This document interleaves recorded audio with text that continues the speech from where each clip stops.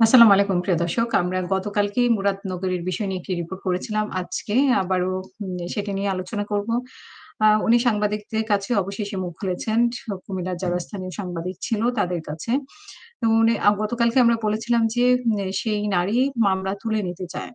তো ইতিমধ্যে অনেকে অনেক ধরনের ব্যাখ্যা করার চেষ্টা করেছেন। এখানে ব্যক্তিগত কোনো সম্পর্ক ছিল কিনা এবং যেই নারী সেই নারী বলছে যে যা হওয়ার হয়েছে ও শান্তিতে থাকতে চায়। সবাইকে শান্তি দিতে চায়, নিজেও শান্তিতে থাকতে চায়।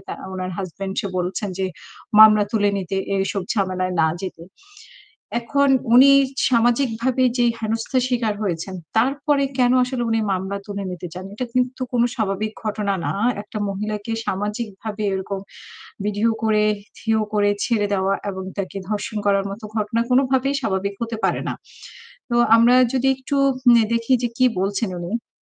উনি বলছেন যে ফজর আলীর অবস্থা তো খারাপ, বাঁচে না মরে সেটা নিয়ে উনি সন্দিহান এবং সে যদি এলাকায় হাঁটাচলা করত তাহলে মামলা করে কাজ হতো। এখন ওর মরার অবস্থা। আমরা মামলাটা উঠাতে চাই, দেশে শান্তি রাখতে চাই। হিন্দু মুসলমানের শান্তি অটুট থাকুক। ওই মহিলা বলেন যে, "আমার মান-সম্মান সব গেছে। সবাই মুক্তি পাক। আমি ২ টি শিশু সন্তান নিয়ে বাঁচতে চাই। আমি ১০ জনের শান্তি চাই, দেশের শান্তি চাই। আমার যা হওয়ার হয়ে গেছে। আমি মামলা তুলে নিব। আমি মামলা করেছি। আমি তুলে ফেলব। আমি ১০ জনের ভালো চাই। মামলা তুলে নিতে চাই এবং আমাকে কেউ চাপ দেয়নি, টাকার লোভ দেখায়নি। আমার স্বামী বলছে, 'তোর সম্মান যা যাওয়ার গেছে। এখন কেস করলেও সেই সম্মান ফিরে পাবি না।' এটা উনার স্বামী বলছেন। ফজর আলী সম্পর্কে তিনি বলছেন যে, "আমার মা ৳৫০,০০০ ধার নিয়েছিল ফজর আলী থেকে। সেই পাওনা টাকার বিষয়ে ফজর আলী মাঝেমধ্যে ফোন দিতেন।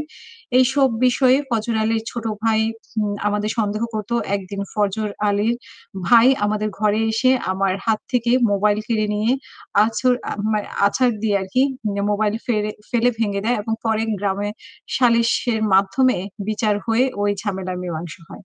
সেদিনের ঘটনা বর্ণনা করতে গিয়ে ভুক্তভোগী ওই নারী বলেন, "গত বৃহস্পতিবার রাত ১১ টার দিকে ফজর আলী আমাদের ঘরের সামনে এসে দরজা খুলতে বলে।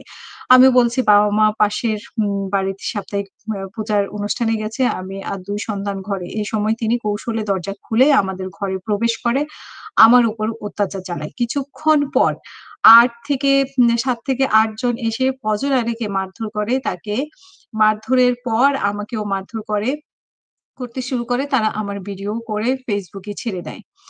এর আগে শনিবার সামাজিক যোগাযোগ মাধ্যমে হিন্দু সম্প্রদায়ের এক নারীকে নিপীড়নের ভিডিও ছড়িয়ে পড়ায় Facebook এ। পরে বিষয়টি নজরে আসে সবার বৃহস্পতিবার রাতে কুমিল্লার মুরাদনগর উপজেলার বাহেরচর পাঁচকিন্তা এলাকায় ওই ঘটনা ঘটে এবং এই ঘটনায় শুক্রবার ফজর আলী নামের এক ব্যক্তির আসামি করে মামলা করা হয় এবং পরে মামলা তুলে নেওয়া হয়। আসলে পুরো ঘটনা কিন্তু আমাদের ধোঁয়াশা। উনার সাথে ফজল আলীর সাথে কথা হতো এবং একবার এটা নিয়ে সালিশ হয়েছে। তাই বিভিন্ন ধরনের সন্দেহ হতেই পারে। এখানে হয়তোবা অন্য কোনো কারণ আছে। আ আমরা ঠিক জানি না যে আসলে কি কারণ থাকতে পারে। ফজল আলীর সাথে উনার কথা হয়েছে, মানে এটা নিয়ে একটা সালিশ হয়েছে। আবার ফজল আলী উনার বাসায় এসেছেন, টাকা ধারের বিষয় আছে। সব মিলিয়ে একটা ধোঁয়াশার মধ্যে আছে বিষয়টা। তো দেখা যাক আমরা আরো এটা নিয়ে তথ্য দেওয়ার চেষ্টা করব আপনাদেরকে এবং সবাই ভালো থাকবেন। আজকে এই পর্যন্তই। আসসালামু আলাইকুম।